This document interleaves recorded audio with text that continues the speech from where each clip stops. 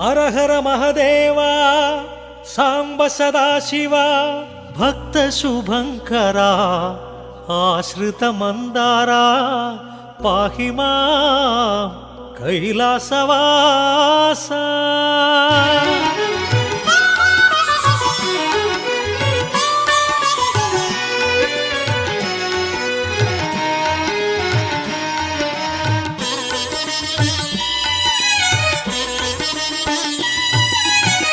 जय महदेवा सांब सदाशिव पाप विनाशा जय परमेशा जय महदेवा सांब सदाशिव पाप विनाशा जय परमेशा पावन शुभचरण पार्वती रमणा चंद्रकलाधरा पाहीशा नमः शिवाय हर हर शिव शिव नमः शिवाय नमः शिवाय हर हर शिव शिव नमः शिवाय।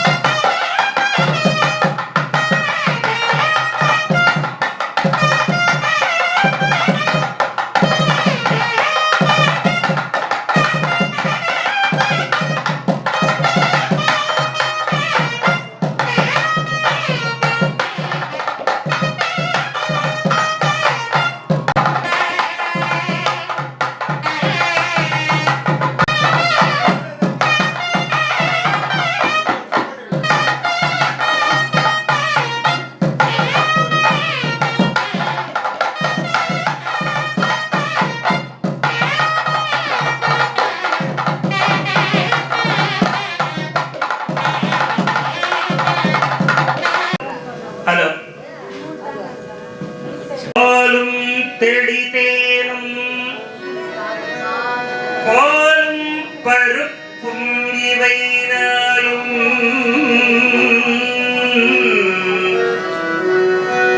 கலந்து உனக்கு நான் தருவேன் கோலம் செய்துங்க கரிமுகத்து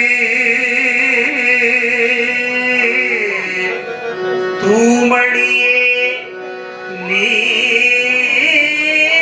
எனக்கு சங்கத் தமிழ் மூன்றும்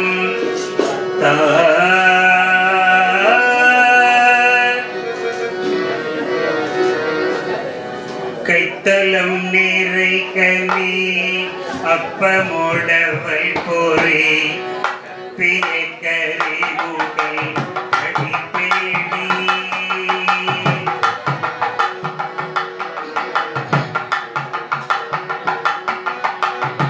கைத்தலம் நீரை கனி அப்பமோடவை போரே பியக்கரி உடல் அடிப்பேடி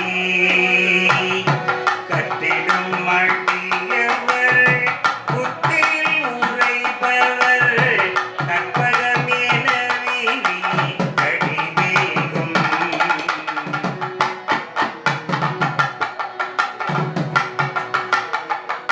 மத்தமும் மதியமும் வைத்திடும் மரண்மகள் பொறுத்திரள் போயே அதை யானை மத்தள மயிரனை புத்தனை புதல்வனை மட்டரை மலர் கூடு அறிவீனே தமிழட்டை வினை உட்படங்கேறி தன்னில் எழுதிய முதல்வோனே உட்புறம் ஏறி செய்த அச்சிவல் உரைரதம் அச்சது கோடி செய்த அறிவே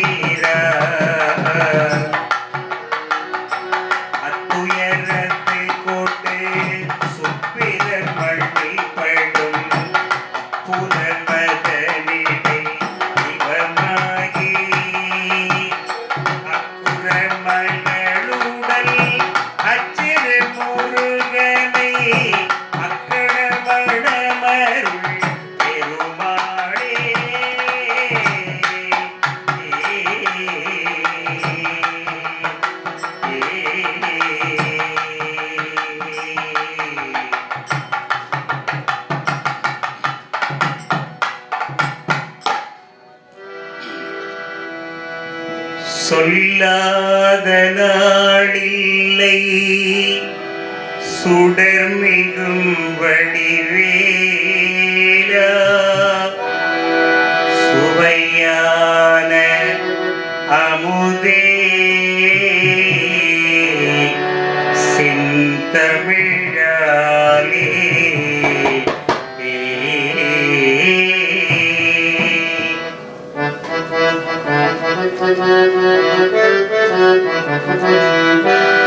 சொல்லாத நாளில்லை சுடர்மிகும் வடிவேலா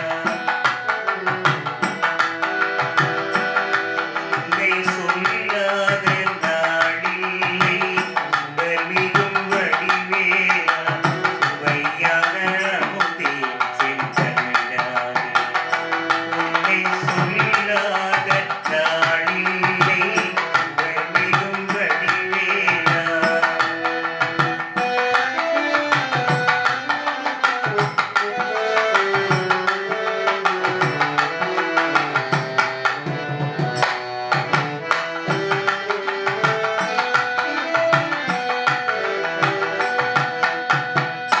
கல்லாத எளியோரில் உளமொரு ஆலயமோ கல்லாத எளியோரில் உளமொரு ஆலயமோ கடலாறு வடிவில் நிலையான ஜோதி உன்னை சொல்லாத நாளில்லை சுடர்மிகும் வடிவேலா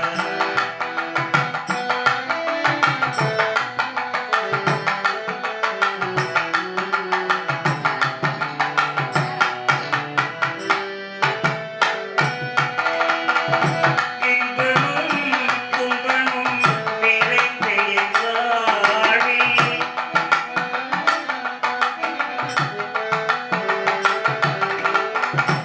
இன்பமும் துன்பமும் நிறைந்த என் வாழ்வில் நிலையில்லா நின்றிரு புகழினையார் பாட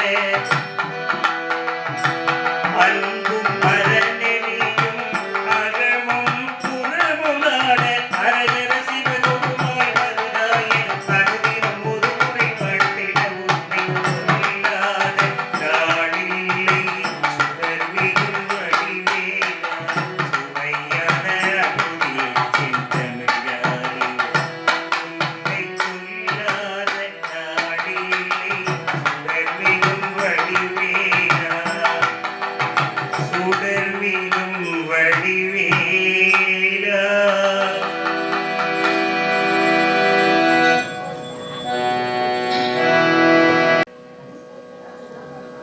தொண்டை மண்டலத்திலே 3 நதிகள் சங்கமிக்கிற முக்கூட்டு நதிக்கரையிலே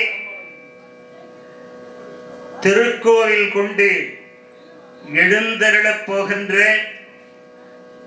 முக்கூட்டு சிவனுடைய ஆலயத்திலே இன்றைய தினம் அன்னாபிஷேகம்.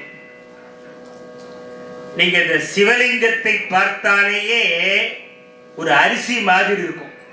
மேல் பகுதி ஒரு அன்னத்தை உருவாக்கக்கூடிய அரிசி மாதிரி இருக்கும். அப்போ அன்னத்தை அந்த சிவலிங்கத்தின் மீது நாம் அபிஷேகம் செய்கிற பொழுது அதை யார் பார்த்தாலும் கோடிக்கணக்கான சிவலிங்கத்தை பார்த்தால் என்ன பலன் கிடைக்குமோ அந்த பலன் கிடைக்கும். சாதாரணமா இன்னைக்கு ஒரே லிங்கம் தான் இருக்கு.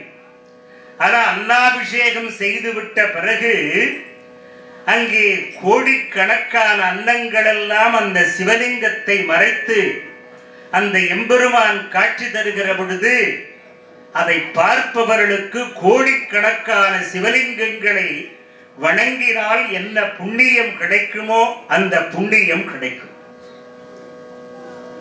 ஒரே பழமொழி சொல்லுவாங்க, சோறு கண்ட இடம் சொர்க்கம்னு. இப்ப யாராவது விருந்தாளிங்க நம்ம வீட்டுக்கு வந்துட்டு ஒரு 2 நாள் 3 நாளைக்கு மேல உட்கார்ந்து இருந்தாங்கன்னா நாம என்ன சொல்லுவோம்? ஏம்பா சோறு கண்ட இடம் சொர்க்கம்னு உட்கார்ந்துட்டியா அப்படின்னு கேட்போம். அப்ப சோறு கண்ட இடம் சொர்க்கம்னா அதுக்கு என்ன பொருள்னா, இந்த சிவலிங்கத்தை அன்னாபிஷேகம் செய்து வைக்கிற பொழுது அந்த சோறு கண்டால், அந்த சோற்றை நாம் கண்டால் நமக்கு என்ன கிடைக்கும்னா சொர்க்கம் கிடைக்கும். எனவே இந்த மற்ற நாள் நாம் சிவலிங்கத்தை முக்கூட்டு சிவனை வணங்கி வழிபடுவதை விட இந்த அன்னாபிஷேக நாளன்று நாம் அந்த ஆண்டவனை வணங்கினால், பல கோடிக்கணக்கான சிவலிங்கங்களை வணங்கினால் என்ன புண்ணியம் கிடைக்குமோ அந்த புண்ணியம் நமக்கு கிடைக்கும். அது மட்டுமல்ல, பொதுவாகவே சோறு தாங்க நம்ம வாழ்க்கை. சோறு இல்லைன்னா நம்முடைய உயிர் வாழ்க்கையே கிடையாது. உண்டி முதற்றே உலகு. வயிறு இருக்குது, பாழா போன கடவுள் முன்னாடியே வச்சிருக்கிறான். பார்க்கும் போதெல்லாம் சாப்பிடணுங்கிற ஞாபகம். அந்த வயிறு பின்பக்கமா இருந்தாலாவது நமக்கு சாப்பிடணுங்கிற எண்ணம் வராது. ஆனா இந்த முன்பக்கமாவே வயிறு இருக்கிறதுனால நாம பார்க்கிற பொழுதெல்லாம் நமக்கு சாப்பிடணுங்கிற எண்ணம் வருகிறது. இவ்வளவு பாடுபடுறதெல்லாம் எதுக்காகன்னா இதுக்குதான். உண்டி முதற்றே உலகு. எனவே அந்த அன்னத்தை எம்பெருமானுடைய மேனியிலே நாம் அபிஷேகம் செய்கிற பொழுது அந்த இறைவன் ஒரு சிவலிங்கமாக இல்லாமல் கோடிக்கணக்கான சிவலிங்கங்களால் மூடப்பட்டு காட்சி தருகிறார். அந்த அருமையான காட்சியை பார்க்கிற பொழுது கோடிக்கணக்கான சிவலிங்கங்களை வணங்கினால் என்ன பலனோ அந்த பலன் நமக்கு கிடைத்திருக்கிறது. எல்லாம் கூட்டம் இன்னும் குறைவுதான். நீங்க நகரங்கள்லாம் பார்த்தீங்கன்னா சொல்ல முடியாத கூட்டம். பக்தி எல்லாம் இப்ப நகரங்கள்ல தான் இருக்குதே தவிர கிராமங்கள்ல குறைஞ்சு போச்சு. அக்கம் பக்கத்துல போய் வீண் கதை பேசுறது, டிவி பார்க்கறது, சொந்த வாழ்க்கையில அழாதவன் கூட டிவி பார்த்துட்டு அழலாம். அரசனாக விளங்கக்கூடிய அந்த இமவான் ஒரு குளக்கரையிலே தவம் செய்கிறார். அந்த குளத்துக்கு என்ன பேர்னா பதுமை அப்படின்னு ஒரு பேரு. அந்த பதுமை என்கிற குளக்கரையிலே இமவான் என்கிற அந்த மலை அரசன் தவம் செய்கிறான். அப்படி நீண்ட நாளா அவன் தவம் செய்கிறான். அன்னைக்கு திடீர்னு அந்த குளத்தை பார்க்கிறான். அந்த குளத்திலே ஒரு தாமரை, தாமரைன்னா 1008 இதழ்களை உடைய ஒரு தாமரை.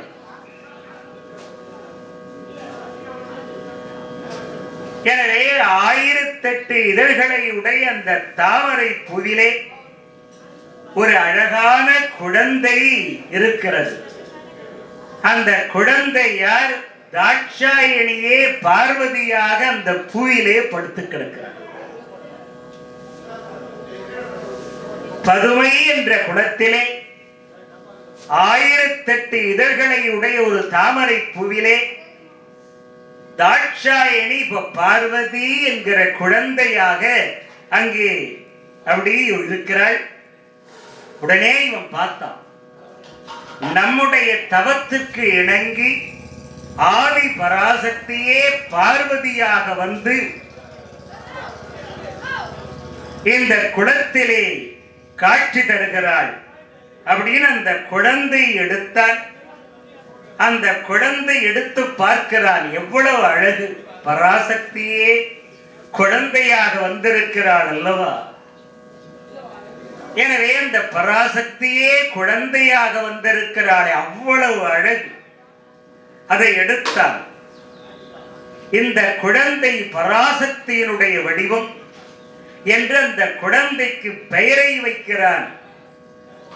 அந்த குழந்தைக்கு என்ன பெயரை வைத்தான்னா பர்வதராஜனுக்கு மகளாக பிறந்ததனால அந்த அம்மையாருக்கு பார்வதி. அது மட்டும் இல்லை, இவனுக்கு இமவான் என்ற ஒரு பெயர். எனவே இமவானுடைய மகளாக பிறந்த காரணத்தினாலே அந்த அம்மாவுக்கு உமை அப்படின்னு. ஆக பார்வதி உமாதேவி என்கிற 2 பெயர். எனவே அந்த 2 பெயர்களை அந்த குழந்தைக்கு வைத்து அந்த குழந்தையை பர்வதராஜன் என்கிற இமவான் வளர்த்து வருகிறார்.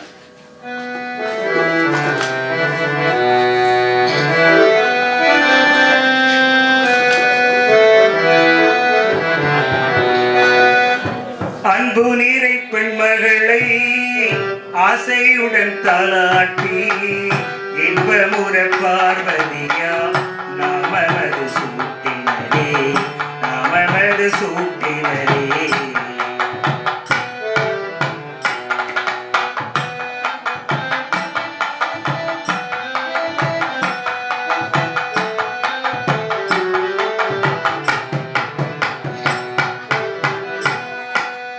அனைத்துலகும் வளர்ப்பவளை வளர்க்க முடியுமா? அனைத்துலகும் வளர்ப்பவளை மலர்க்க முடியுமா? ஆனாலும் வளர்ப்பது போல் பாவனை தந்தாள். புத்தரிசி சோறாக்கி பதுமை கூட்டினாள். மோகனமாய் புன்னகைத்து கோலம் காட்டினாள். மோகனமாய் புன்னகைத்து கோலம் காட்டினாள். அன்பு நீரை பெண்மகளை ஆசையுடன் தாளாட்டி இன்பமுற பார்வதியா நாமமது சூட்டினரே, நாமமது சூட்டினரே.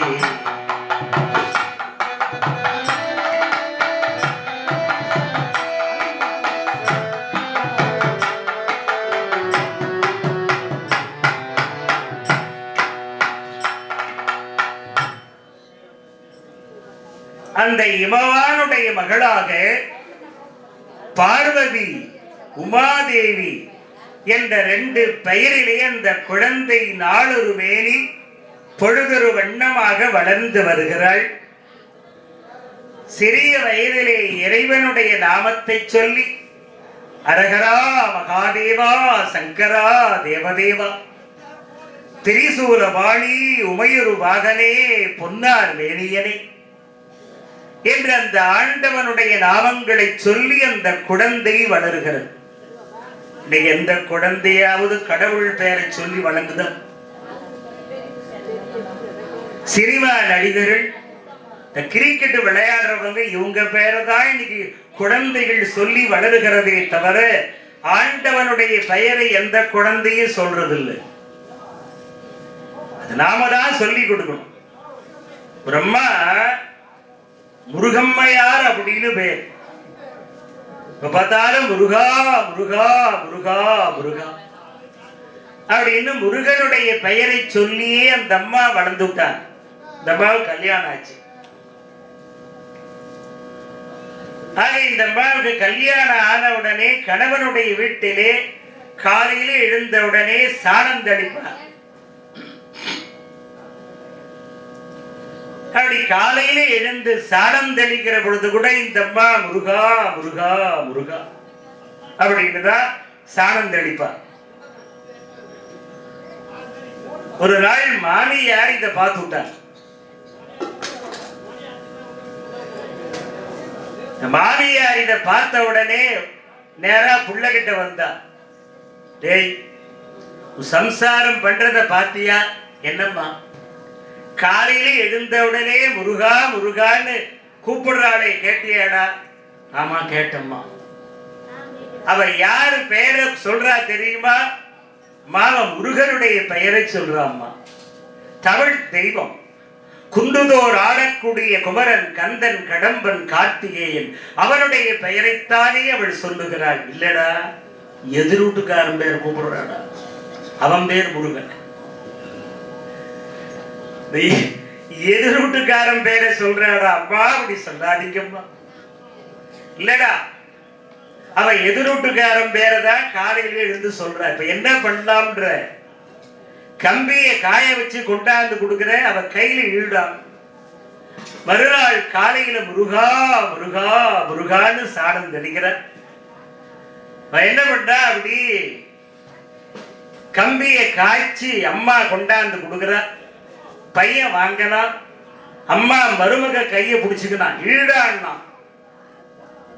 தம்மா கைய பிடிச்சுக்கிட்டான் மருமக கைய. இந்த பையன் என்ன பண்றான், அம்மா கொடுத்த கம்பி எடுத்து மனைவி கையில வைக்கலாம்னு போனா முருகன் சும்மா இருப்பானா, தூக்கி அடிச்சது அம்மா கையில. பாதி என் கையில வச்சு விட்டியாடா, என் கையில வச்சு. அம்மா நானா வைக்கிறம்மா, அதுவா விழுதும்மா. அப்போ அவன் திருந்தல. மறுநாள் கத்தியை கொண்டாந்து கொடுத்தா. டெய்லிக்கு முருகான்னு சொன்னால்னா வெற்றாந்த கையை. உடனே மறுநாள் முருகா அப்படின்னு சாணம் தெளிக்கிற பொழுது பையன் என்ன பண்ணா, கையை வெட்டினா, துண்டா அந்த கை விழுந்தது.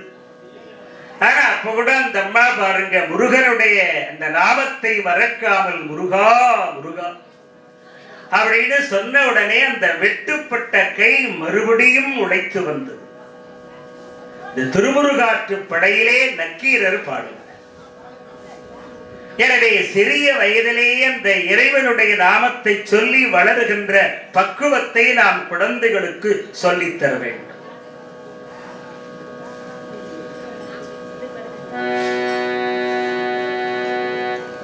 ஆக இந்த அம்மாவுக்கு அப்படி நாளொரு வேரி பொழுது வண்ணமாக வளர்ந்து 5 வயதாச்சு.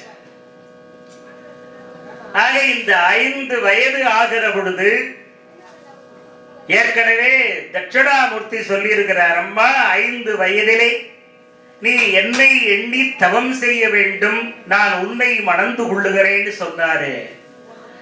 அதனால இந்த அம்மா என்ன பண்றார், அப்பா எனக்கு 5 வயதாகி விட்டதப்பா, 5 வயதிலே நான் ஆண்டவனாகிய சிவபெருமானை கணவனாக அடைய வேண்டி தவம் செய்ய போகிறேன், எனக்கு ஒரு தவச்சாலை அமைத்து தர வேண்டும். அம்மா தவம் செய்கிற வயதாயுது, 5 வயசுல போய் தவம் பண்ண முடியுமா? அதற்கேற்ற உடல் வலிமையும் உங்ககிட்ட கிடையாது, உடல் வலிமையும் கிடையாது, மன வலிமையும் கிடையாது. எனவே அம்மா இந்த 5 வயது தவம் செய்யக்கூடிய வயதல்ல, கொஞ்ச காலம் கழி. அப்பா அதெல்லாம் முடியாது. ஆலமுண்ட அண்ணல் தன்னை நோக்கி தவமே செய்வேன், ஆலமுண்ட அண்ணல் தன்னை நோக்கி தவமே செய்வேன், தவமே விரைந்து செய்ய நல்ல தலைமை அமைத்து தாரே, ஆலமுண்ட அண்ணல் தன்னை நோக்கி தவமே செய்வேன்.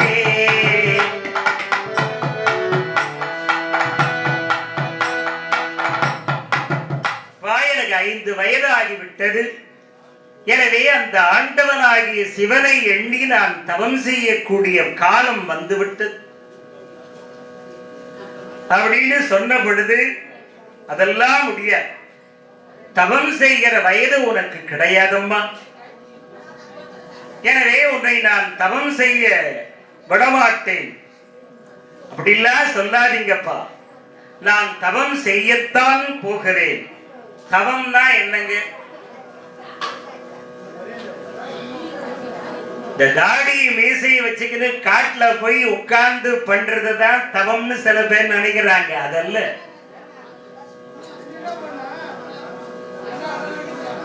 ஒரு மனைவி கணவனுக்கு தேவையான பணிவிடைகளை ஒழுங்கா செய்தா அதுவே ஒரு தவம்.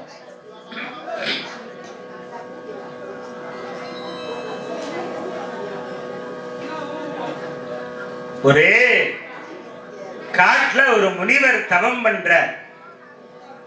அவருக்கு என்ன பேர்னா கொங்கண முனிவர் அப்படின்னு பேர். எங்க இந்த பாயாசமா என்னது கொண்டாந்து கொடுத்துக்கணும். இவங்கெல்லாம் அங்க வங்கியே பார்த்துக்கிட்டு இருக்கிறாங்களே, ஒரு தட்டில் வச்சு கொண்டாந்து கொடுங்க இவளுக்கு.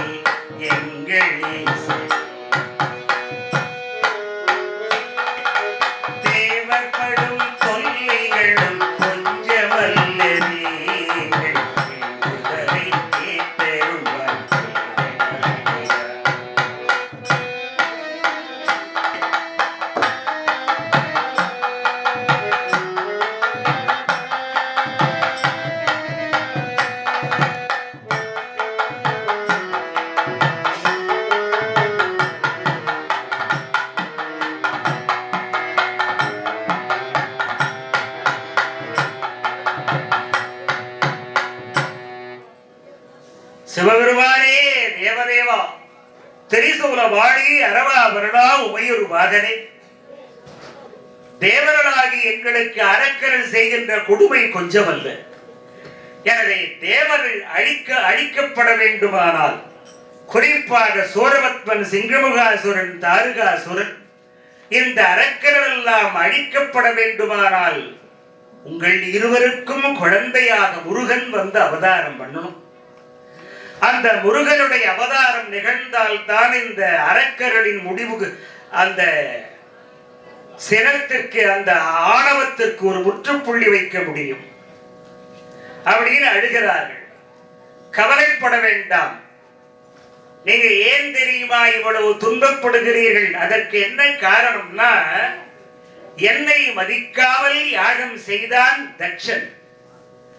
என்னை மதிக்காமல் தட்சன் செய்த யாகத்திலே நீங்கள் கலந்து கொண்டீர்கள் அல்லவா? அதனுடைய விளைவுதான் இப்பொழுது நீங்கள் துன்பத்தை அனுபவித்துக் கொண்டிருக்கிறீர்கள். சிவபெருமானை மதிக்காமல் யாகம் செய்தான் தட்சன். அந்த யாகத்திலே தேவர்கள் கலந்து கொள்ளாமல் இருந்திருக்க வேண்டும், ஆனால் கலந்து கொண்டார்கள். அதனுடைய விளைவுதான் நீங்கள் துன்பத்தை அனுபவித்துக் கொண்டிருக்கிறீர்கள். விரைவிலே முருகன் தோன்றுவார். எனக்கும் பார்வதிக்கும் ஒரு குழந்தையாக முருகன் அறுமுக பெருமான் தோன்றுவான், கவலை வேண்டாம் என்று ஆறுதல் சொன்னார். அதன் பிறகு நீண்ட நாளாச்சு, அப்ப கூட முருகன் அவதாரம் நிகழவில்லை. இப்ப என்ன பண்றது? முருகனுடைய அவதாரம் நிகழ வேண்டுமானால் மௌன நிலையிலே ஜனகாதி முனிவர்களுக்கு உபதேசம் செய்து கொண்டிருக்கிறார்களே அந்த சிவபெருமான், அவருடைய மௌனம் கலைக்கப்பட வேண்டும். அவருடைய மௌனம் கலைந்தால்தான் அவர் பார்வதியை கல்யாணம் பண்ணிக்குவார். அவர் பார்வதியை கல்யாணம் பண்ணினாதான் முருகன் என்கிற குழந்தை உருவாக முடியும்.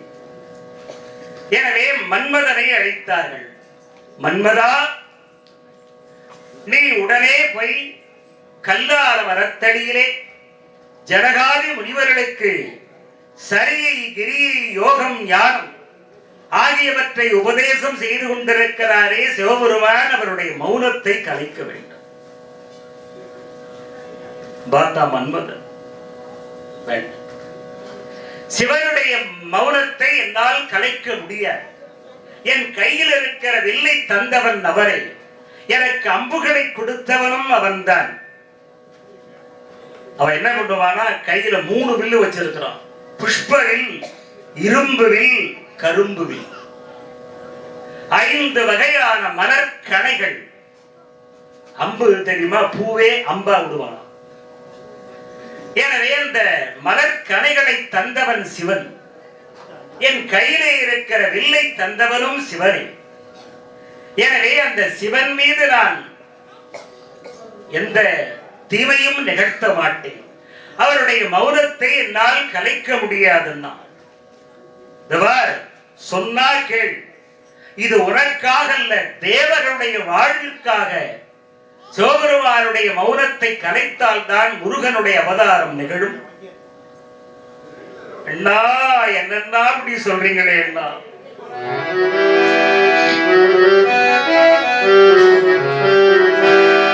அண்ணா எந்தன் உள்ளம் நோக சொன்னது உரையோ அண்ணா, கண்மூன்றுடையான் எதிரே சென்றான் கடிதில் அடிவில் அண்ணா, கடிதில் அடிவேன் அண்ணா, அண்ணா அண்ணா அண்ணா.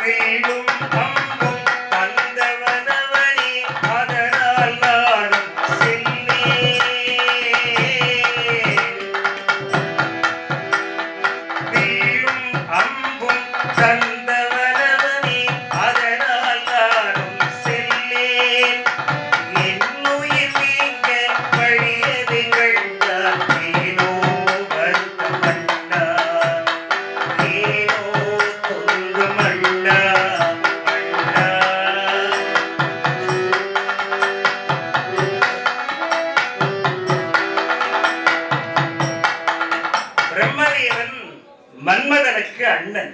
அண்ணா வேண்டாண்ணா, நான் சிவனுடைய மௌனத்தை கலைப்பதற்காக நான் சென்றால் எனக்கு அழிவு வந்துவிடும். எனவே எல்லாரும் சேர்ந்து என்னை அழிக்க பார்க்கிறீர்களா? நான் போக மாட்டேன். உடனே பார்த்தான் பிரம்மன். அடே மன்மதா, இப்பொழுதே நீ போய் அந்த சிவனுடைய மௌனத்தை கலைக்காவிட்டால் என்னுடைய சாபத்தினால் நீ அழிந்து போவாய்.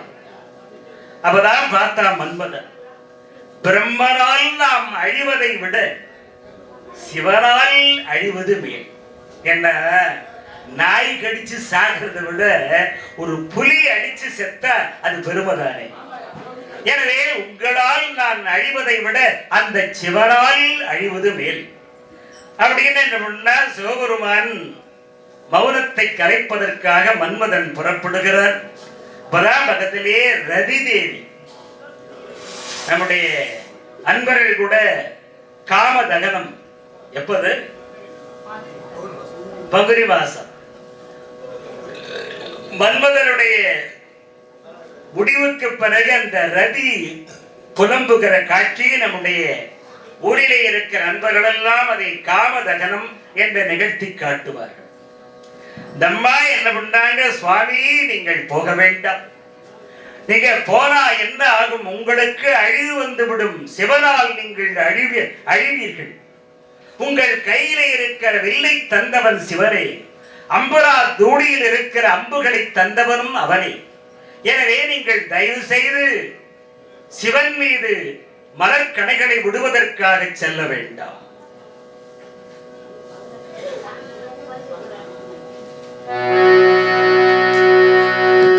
ஆனா வேறு வழியில்லை, நான் போய்த்தான் ஆக வேண்டும் அப்படின்னா நானும் வருகிறேன் அப்படின்னா. எனவே ரதிதேவி மன்மதனோடு சேர்ந்து புறப்படுகிறார்கள். எனவே அப்படி சேர்ந்து புறப்படுகிற பொழுது கைலாய மலை வாசல்ல நந்தியம் பெருமான் காவலுக்கு இருக்கிறார்.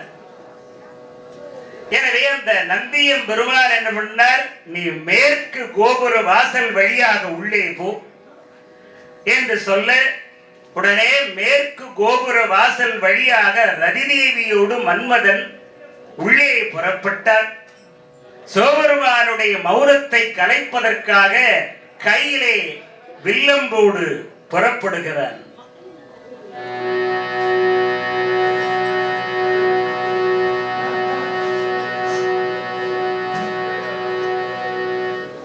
அங்கே போய் நின்றவுடனே இவனுக்கு உடம்பெல்லாம் வியர்த்து கொட்டுகிறது, உடம்பெல்லாம் நடுங்குகிறது.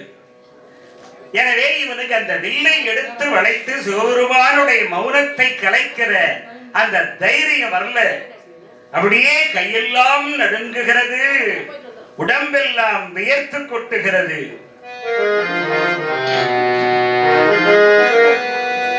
விட்டவெம் பகழியைந்தும் வியத்தகு விமலன் மீது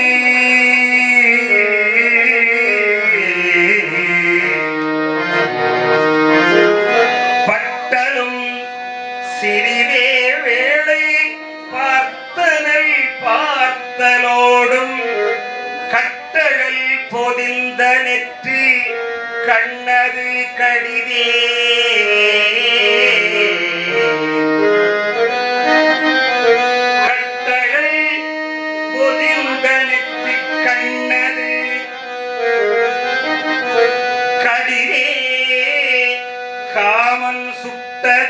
கையிலை முற்றும் சூழ்புகை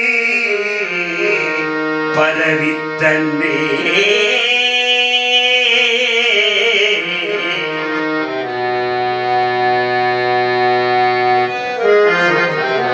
ஈசனின் விழித்தே பெம்மையினான், ஈசனின் விழித்தே பெம்மையினான் ஆதனும் எரிந்தே வேண்டனே கையிலை முழுதும் புகைமயந்தான் கண்புதல் நாதனி புகழ்மயந்தான் துணையற நின்ற நதியவள் என வேண்டி அழுதனே ஈசனின் விழித்தே பெம்மையினான் ஆதனும் எரிந்தே வேண்டனே.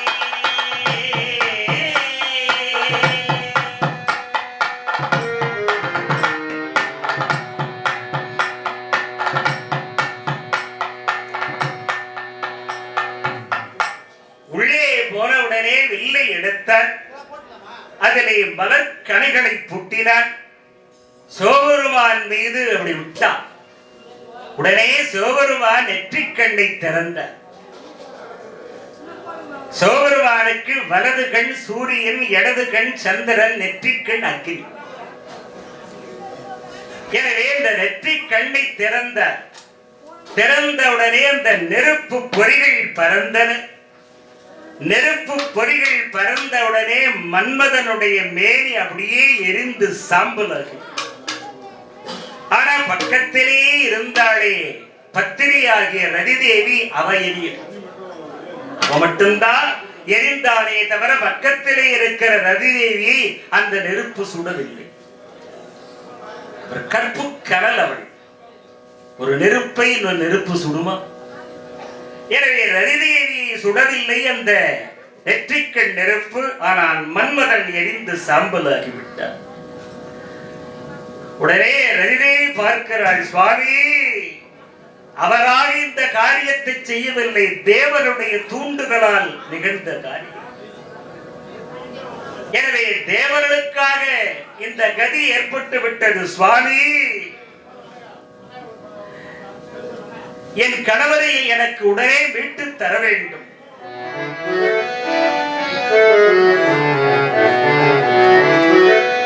சிந்தை சிதறுதே சிவலேசா, சிந்தை சிதறுதே சிவலேசா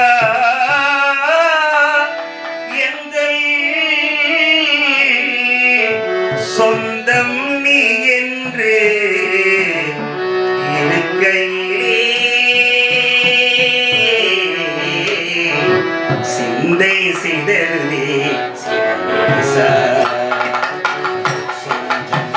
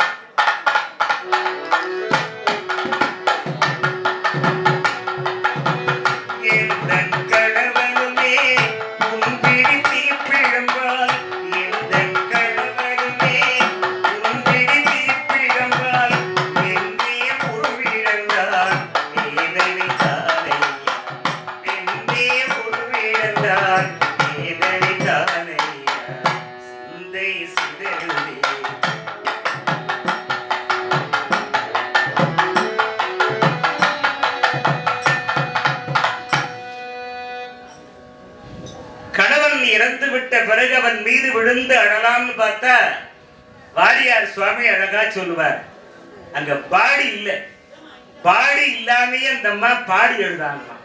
பாடினா உடம்பு, பாடி இல்லாமையே அந்த அம்மா பாடி எழுதாங்களாம். சுவாமி, இந்த உலகத்திலே கணவன் இறந்து விட்டால் அது ஈடு செய்ய முடியாத இழப்பு. ஒரு அப்பா இறந்து விட்டா, அம்மா நீ அழாதம்மா, நான் உனக்கு அப்பா மாதிரின்னு சொல்லலாம். ஒரு அண்ணன் இறந்து விட்டா, அம்மா நீ அழாதம்மா, நான் உனக்கு அண்ணன் மாதிரின்னு சொல்லலாம். ஒரு கணவன் இறந்து போயிருந்து ஒரு அம்மா அழுதாள்னா, அம்மா நீ கவலையே படாதம்மா, நான் உனக்கு வீட்டுக்கார மாதிரின்னு சொல்ல முடியுமா? எனவே இந்த உலகத்திலே ஈடு செய்ய முடியாத இழப்புன்னா அது கணவனுடைய இழப்பு தான்.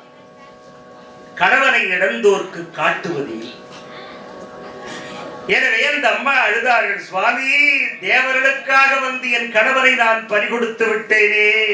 அம்மா நீ அழ வேண்டாம், பார்வதி கல்யாணம் முடிந்த உடனே உன்னுடைய கணவரை நான் எழுப்பி தருகிறேன் அப்படின்னு சொன்ன. அதன் பிறகு தேவர்கள் எல்லாம் பார்த்தாங்க. கடைசியில நம்மால இந்த மன்மதன் இறந்து விட்டானே. எனவே மறுபடியும் என்ன பண்றாங்க, இனிமேல் இது வழி அல்ல, சிவபெருமானை நாம் வேண்டுவதற்கு இதல்ல வழி, பக்தியினால் தான் அந்த ஆண்டவனை நாம் வேண்டி இந்த பார்வதி கல்யாணம் நடக்கிறதுக்கான வழியை பார்க்கணும் அப்படின்னு தேவரெல்லாம் மறுபடியும் என்ன பண்றாங்க, கைலாய மலைக்கு வந்து கண்களை மூடி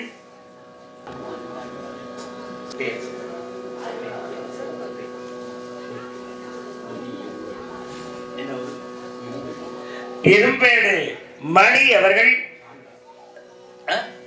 சாந்தா ஆக இருவரும் மகிழ்ந்து சொற்பொழிவாளருக்காக 100 ரூபாயும் ஆலயத்திற்காக மகிழ்ந்து 100 ரூபாயும் வழங்கியிருக்கிறார்கள். அவ்வாறு வழங்கி அவர்களுக்கும் எல்லாம் வல்ல முக்கூட்டு சிவனுடைய திருவருளாலே எல்லா நலன்களும் உண்டாக. அதன் பிறகு மன்மதனை எழுப்பித்த என்ற மங்கள நிகழ்ச்சியோடு இந்த சொற்பொழிவை நிறைவு செய்து மீண்டும் வாய்ப்பு வருகிற பொழுது உங்களை சந்திக்கிறேன் என்று கூறி விடை பெறுகிறேன். நன்றி, வணக்கம்.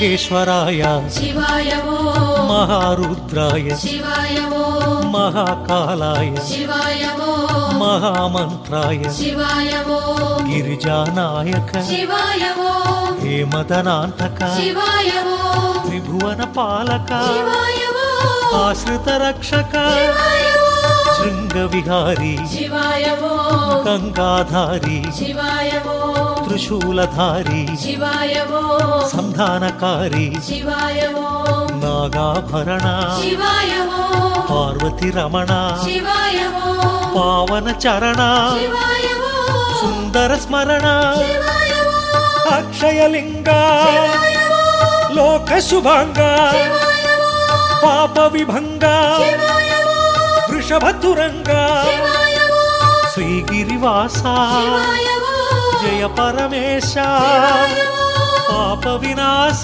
శివాయ ఓ దివ్య ప్రకాశ శివాయ ఓ నమ శివాయ నమ శివాయ హర హర శివ శివ నమ శివాయ నమః శివాయ నమః శివాయ హర హర శివ శివ నమః శివాయ అక్షయలింగ లోక శుభాంగ దినకర తేజ జయ నటరాజ అక్షయలింగ లోక శుభాంగ దినకర తేజ జయ నటరాజ పావన శుభ చరణ పార్వతి రమణ చంద్రకళాధర పాహీశ నమ శివాయ హర హర శివ శివ నమ శివాయ నమః శివాయ నమః శివాయ హర హర శివ శివ నమః శివాయ అక్షయలింగ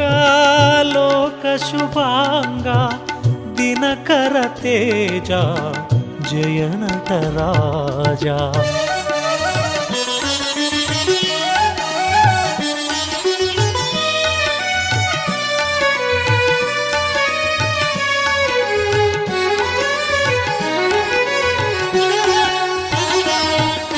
గంగాధరాయ శివాయ ఓ కరళకంఠాయ శివాయ ఓ గణనాథాయ శివాయ ఓ గిరిప్రియాయ శివాయ ఓ త్రిపురాంతకాయ శివాయ ఓ త్రయంపకాయ శివాయ ఓ త్రిలోచనాయ శివాయ ఓ త్రిలోకపాల శివాయ ఓ శితికంఠాయ శివాయ ఓ హరిప్రియాయ శివాయ ఓ సదాశివాయ శివాయ ఓ సోమప్రియాయ శివాయ ఓ పావన చరిత శివాయ ఓ శ్రీహరి వినుత శివాయ ఓ ఆద్యంతరహిత శివాయ ఓ కామిత దాత శివాయ ఓ సర్వవ్యాపక శివాయ ఓ జగన్నాయక శివాయ ఓ కష్ట నివారక శివాయ ఓ యోగకారక శివాయ ఓ జంగమ దేవా శివాయ ఓ జటాధరాయ శివాయ ఓ జగన్నాయక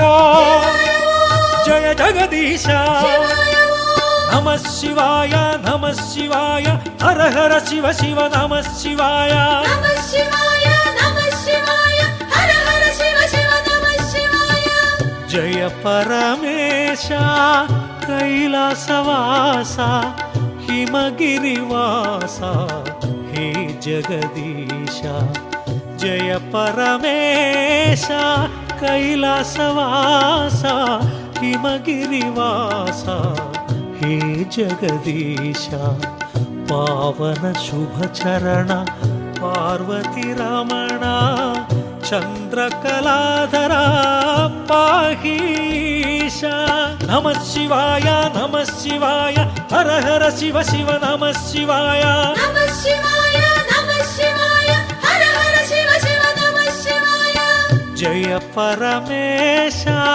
కైలాసవాస హిమగిరివాస హే జగదీశ